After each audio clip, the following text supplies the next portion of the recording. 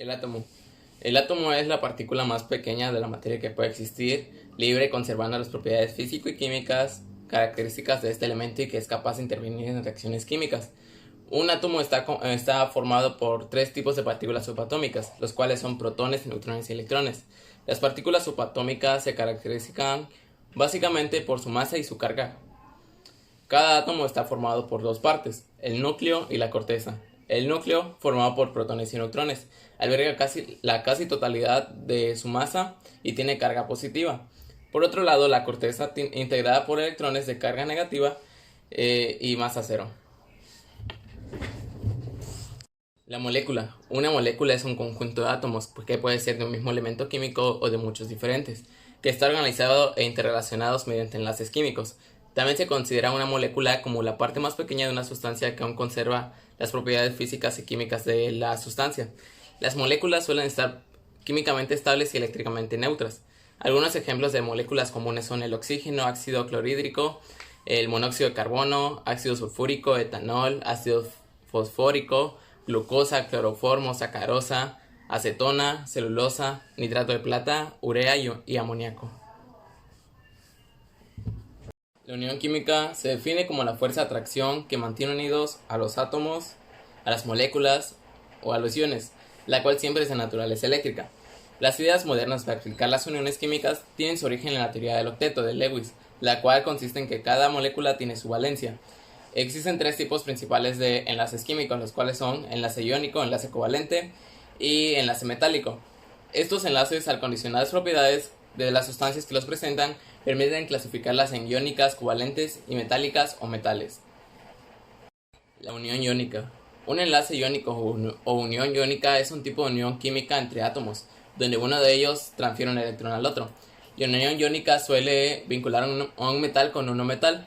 El metal cede electrones formando cationes estables. El no metal, a su vez, recibe estos electrones que se desprenden del metal, dando lugar a la unión que también dispone de una configuración estable.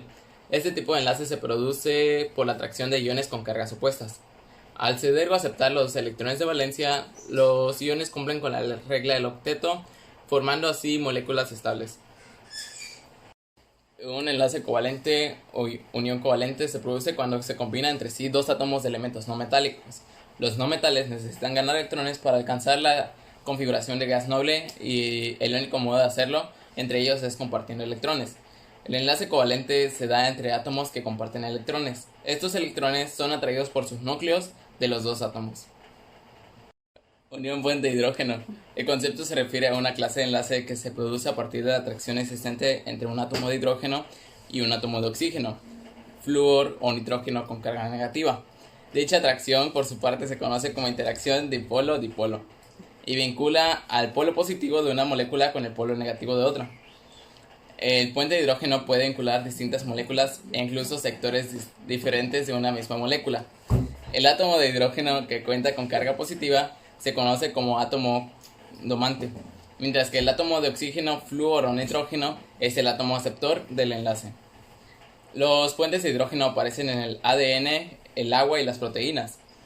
Debido a su existencia se producen fenómenos de gran importancia, que incluso no aparecen de forma cotidiana.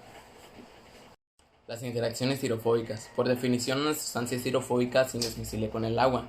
Básicamente, la hidrofobicidad ocurre cuando la molécula en cuestión no es capaz de interaccionar con las moléculas de agua ni por interacciones ion-dipolo ni por puentes de hidrógeno. Tal es el caso de los hidrocarburos saturados. En esta cuestión, las moléculas de agua en la vecindad del hidrocarburo se orientan y se asocian formando una estructura parecida al hielo, creándose una especie de jaula de moléculas de agua alrededor de la molécula hidrofóbica. Esta estructura se le conoce como clatrato. Las interacciones hidrofóbicas son importantes cuando se producen un número elevado, ya que son responsables que la biomolécula se mantenga estable.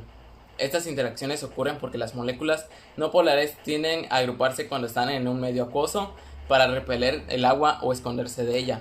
Ciertas moléculas presentan partes que se pueden intercalar con el agua, que son las partes hidrofílicas, aparte de las porciones hidrofóbicas, de manera que las zonas hidrofílicas establecen el contacto con el agua y las zonas hidrofóbicas quedan resguardadas en el interior, es decir, que se adoptan en general en una forma esférica.